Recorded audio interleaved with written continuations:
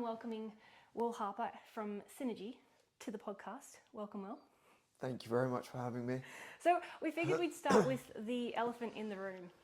You're working in female cycling a lot more, and I saw one of the podcasts you did just the other day with GCN, and there's a few comments about people like, why is a man talking about female cycling? So I figured we could start there. Yeah, I think it's a good place to start. The recent GCN episode, I think, was actually received relatively well. Yeah. But I was aware of the fact that it was potentially going to unearth some questions. The fact that, I was talking about how to train around the menstrual cycle. Clearly, I have no innate physiological ability to relate to the menstrual cycle. So it's all theoretical and what I've learned over years of working with female athletes. But the general comments were along the lines of, yeah, hang on a second, why is this guy telling us about how to train around our periods and sort of variables of that? And I think, I think it's actually almost, and I'll probably get cancelled for saying this, but it's almost more important for males in the coaching industry to have a really in-depth understanding of this stuff because, sadly, but it is the case. I would say that it's probably about a 90% male-dominated industry. Yeah. So most female riders have male coaches.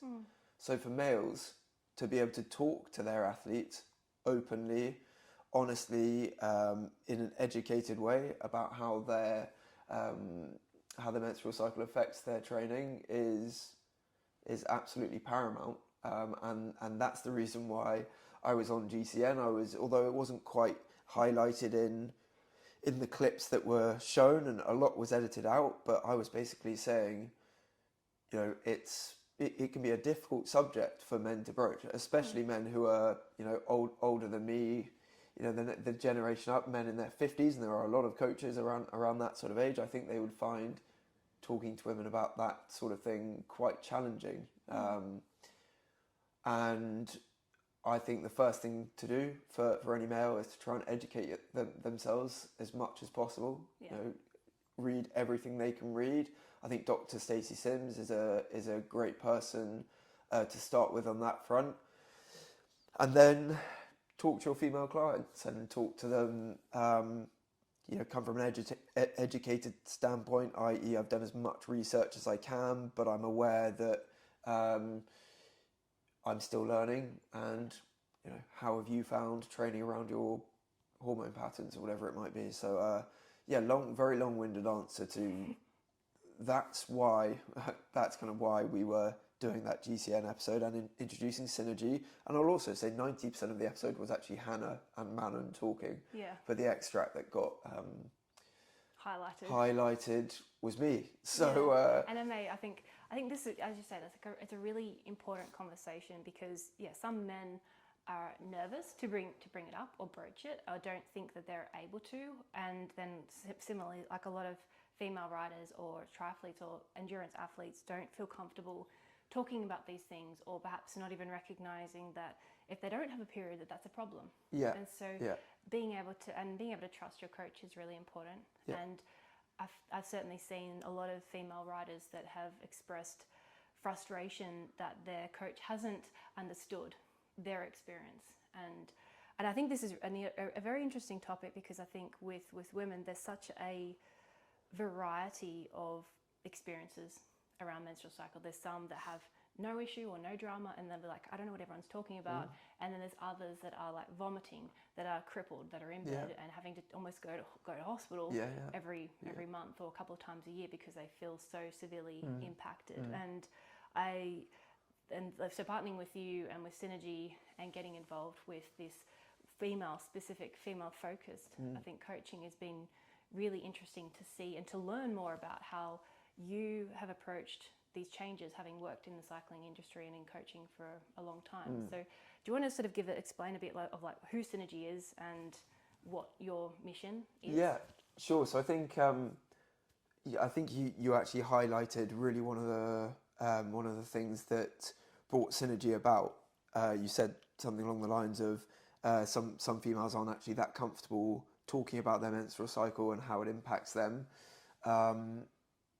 And that is why, so I was coaching, I guess I call it like the male side of our business, but that's been going for 10 years now. And around 7 years ago, I started working with a few more female athletes.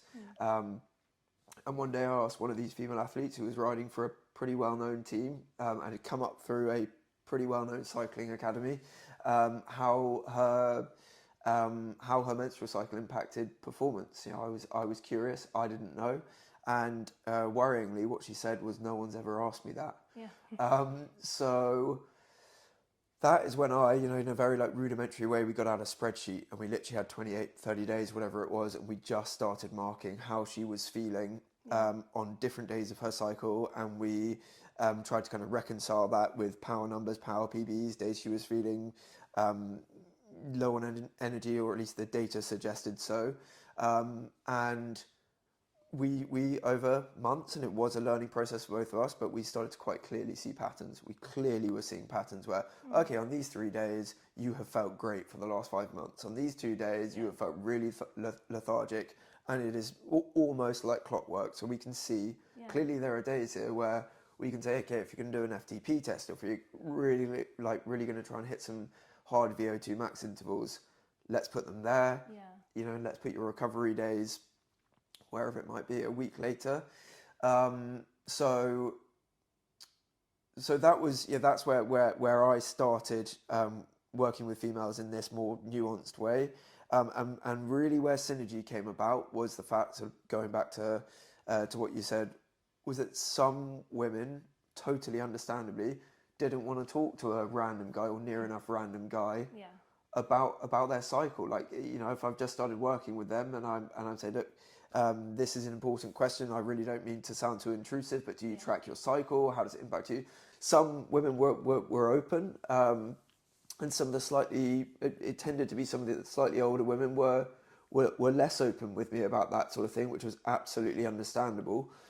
So that's when I realised I knew we were on something quite special with the performance gains we had seen from working with females in this much more sort of bespoke way. But I also noticed there was a barrier in communication between myself and some of the athletes who didn't really want to discuss this stuff with me. So the missing piece of the jigsaw was to have female coaches, and there was an idea to sort of have female coaches under Dutchy coaching, which is the other side of the business. But then we thought this needs its own lease of life, new energy, new branding, and to be kind of totally separate from our very much male-dominated other side of the business. So synergy came about, and we were lucky enough to have a kind of pre-existing really good friendship with Hannah Barnes, Alice Barnes, and Zoe, who World Tour riders for 10 or so years, and Zoe's worked with numerous World Tour World Tour road and pro mountain bike teams, and all with previous coaching experience. It was a really good kind of everything just aligned at the right time, and synergy was born, and he got a lot of interest straight away. Like Ruler, we featured in the female Ruler exclusive female edition a couple of months ago. Training Peaks partnered with us quite quickly. GCM picked us up for an episode, and the kind of wider market received it pretty well. Not that that's the important stuff. The important stuff is female cyclists started coming to us and saying, I think we actually got one application which said, thank you so much, I've been waiting for so long. I've been waiting for ages. I've been waiting for years for something like this to come along, and that made it all feel very worthwhile. Especially from at like the not necessarily the top end, but competitive end, because I think that certainly what I've seen in female cycling, there's a lot of support, but there's a very broad range of experience, and that's what I've certainly seen on camps as well, where a lot of a group of women have gotten together on a camp, and there's been almost like beginners who don't have clip-in shoes, who are just in their joggers, to the ones that are racing every second week, and so there is that discrepancy, and so I think there's a lot of information and resources catering for like perhaps the beginner female cyclists, but not so much support for those wanting to compete and wanting to train at a high level and wanting to race at a high level, and how to do that in a way that is not going to burn them out or get them sick. Or because what works for men doesn't work for women, and we certainly see that with the nutrition side of things, where men can get away with, in theory, like these faster training rides or under fueling to a much greater extent than women do, whereas for women it's creating stress and resulting in like their periods stopping and then having hormone changes and bone losses, and all these things actually then end up reducing performance and stopping all the things that they're actually trying to achieve. But it's I think having that environment where you can have that support where they're looking for it, I think is fantastic. And with the tracking and the training, I'm really interested to hear about what things you are encouraging women to track, because that's certainly something I've recommended the women I've worked with to track. And I love that on Training Peaks you can now track your menstrual cycle, so you can see those patterns and see how regularly it is or isn't happening. But what sort of things are you recommending female cyclists do take note of across the month, or their 25, 30 plus day cycle that is worth considering when it comes to their training? Well, I think the big thing is just energy levels. What are your energy levels doing? How are you feeling physically, and how are you feeling psychologically? So I guess within energy levels would probably come mood as well. How is your mood, and how energized are you feeling each day? And then what we do is we sort of overlap that with the numbers that we're seeing on Training Peaks, or run it through WKO5 as well, and try to pair together some consistencies between mood and energy levels and power numbers. We use a tracking app called Wild AI. So once you have essentially used it for a few months, the app itself knows pretty well what part of your cycle you're in. So it's got quite a lot of its own interesting suggestions in there. And I'm not really sure of much of a better answer to that. I will also sort of say that within how Synergy's working at the moment, Hannah, Alice and Zoe are the ones who are very much involved in the tracking side of things. Like I take, after kind of launching the company, I've taken much more of a back seat with that side of things. As I mentioned, I think it was so important for me not to be particularly involved in the day-to-day side of things. So they'd probably be better to tell you more of the specifics about the tracking side of things. I'm going to get them lined up with the new app. But it's really relatively simple terms, just trying to find those windows of opportunity within the month where everything aligns, where you are psychologically and physically feeling strong, and then that's when we would try and implement some of the hardest training. And I think one of the things that I found interesting, and this is where it's looking from the research, and for me personally, I have never seen any much variation, perhaps in terms of my energy levels, or perhaps in terms of my mood or emotions. There may be more of the variation, but it's not a case of like I'm getting a lot of pain or feeling exhausted compared to like some other women who I know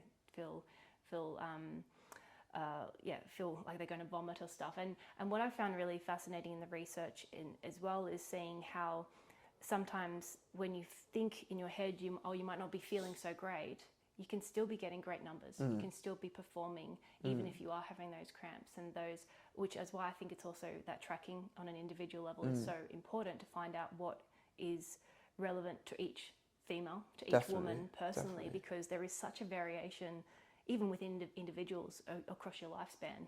Things change, hormones change. For sure. And I think across the lifespan's a really interesting one as women become drift into the sort of perimenopausal phase or perimenopause. The hormones become again significantly more unpredictable. So late 40s, early 50s becomes a time again where tracking is really important, because finding patterns or trying to find some sort of consistency in an inherently uncertain kind of hormonal situation becomes quite reassuring for women if they can do that. From that's what at least what we've found. So yeah, there's definitely a lot of different advice we give for different women at different life stages, and for the veteran female athletes we coach, we really, there's seems to be this kind of conversation around, as women get older, they need to go much easier and be really gentle with them, so they're getting older. But actually, the opposite is true in many ways. It becomes more important for them to do lots of high intensity and strength training and as lots well. of strength training, lots of heavy gym work. I think I read a study that said bone density can decrease by up to 20%, or perhaps even more than that, just over 20% during menopause. So, if you fall off your bike and you haven't been taking care of your bones and doing some of this specific strength work in the gym and some high intensity sessions on the bike, then it's potentially more problematic. Yeah, and I think that's a really relevant point of the bone mass for younger women as well, because this is where I see the fueling being so critical, because I've seen young women who have had bone densities of someone 30, 40 years their senior because of underfueling training or poor food intake or poor nutritional choices. And so protecting your bone health and if you're in a state where your menstrual cycle has stopped because of you're in it's a different situation if you're using like contraceptives, but if your period has stopped because of you're training too much or you're not eating enough, especially in training, then that's essentially your body is in almost like a state similar to menopause where there isn't the estrogen, and estrogen is really protective for our bone health. So realizing that different lifespans, different nutritional challenges are all important to be thinking about. I know for myself, I'm trying to build in more of strength training now, not because I think I need it now, but necessarily a bit more so that I've got the habit for in 10, 20, 30 years time when I'm getting older and will need all the bone strength that I can possibly have. Sure. So do you want to tell me more about the camp? Because we've got a camp coming up in a couple of weeks, and the Synergy Training Camp, which I think is going to be a lot of fun. Yeah, it should be great. So it's coming up on the 2nd of April, 2nd to the 9th for a week, and we've already got an amazing amount of interest. We've got people flying in from America, which is has been a real we have a massive amount of gratitude for, because although we've got some really experienced Hannah, Zoe, and a few other names to be announced in terms of our guides. We got some real experience there, and some women who very much know what they're doing on the bike. It's still, I guess, a bit of a leap of faith for people to sign up to a camp in its first incarnation. So yeah. Anyway, lots of great interest already, and it's about education and performance. That's what we're really trying to at least make clear. So they're going to be relatively long, hard days on the bike, but because of the wide range of abilities we've got, we're going to have A, B, and maybe even a C route, so everyone feels kind of happy and comfortable and able to push themselves to a point where they want to push themselves to, but not feel like they are, overstretching or understretching.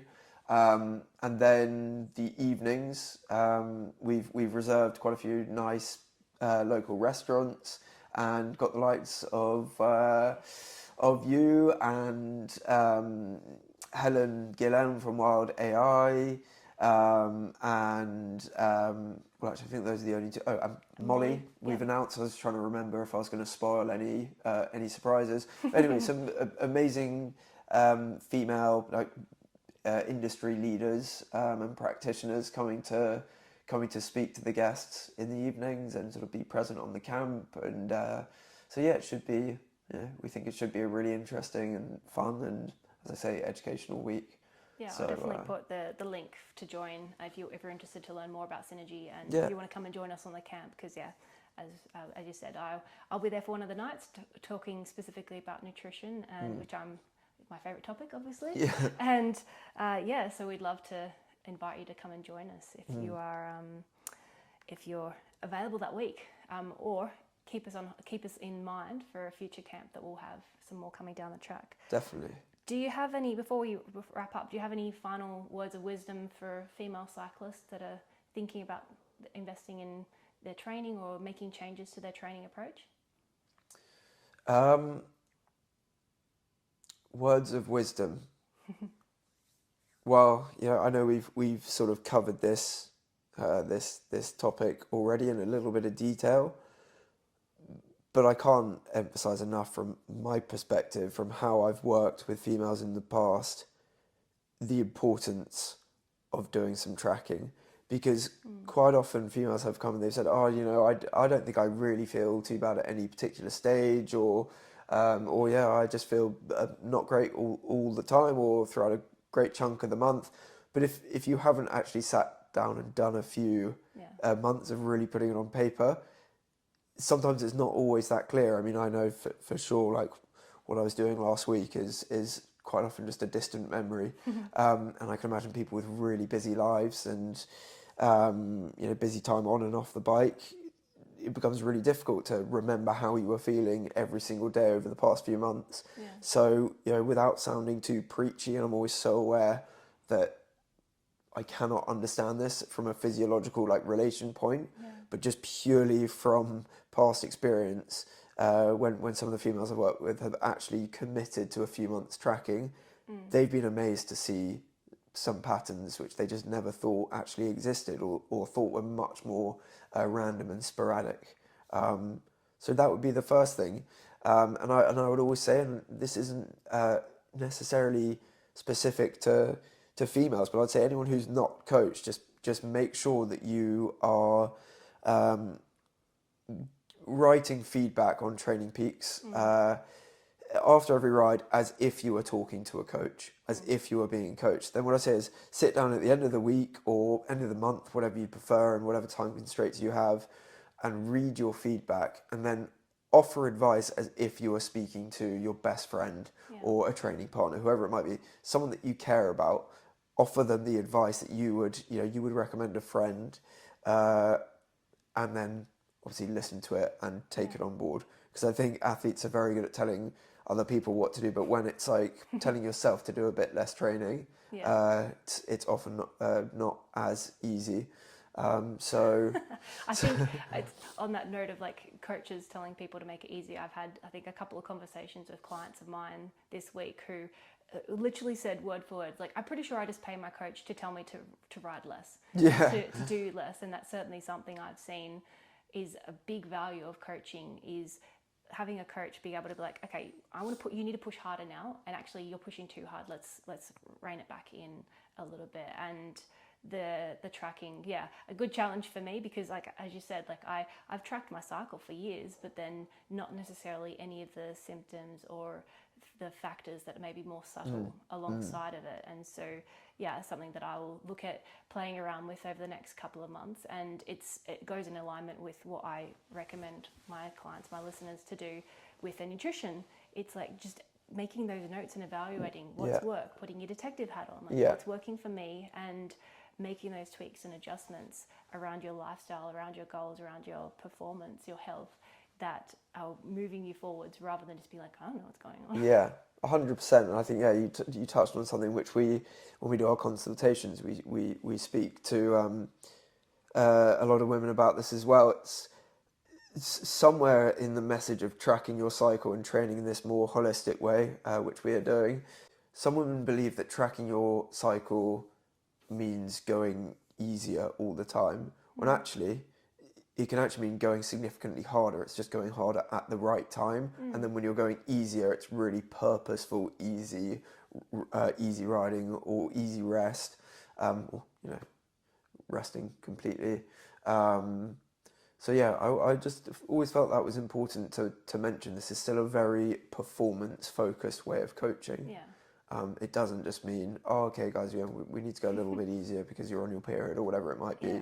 Which isn't possible, and it's not practical or realistic advice. There's a paper that came out a few years ago, I think, about Olympic cyclists who were sort of, I guess, a little bit against some of the message of training to your cycle or focusing too much on your cycle, because they were like, there's nothing I can do about the day my race is on. I have to turn up and show up and perform and be mentally able to perform regardless of how I physically feel. And so it was interesting seeing how some of them thought it was a disadvantage to be like, oh, it's this part of my month, like I can't push myself very hard. And was like, I have no choice. This is when my race is, and this is how my body feels. But I know, and I've got the confidence from my training that I can still perform even if I'm not feeling 100%.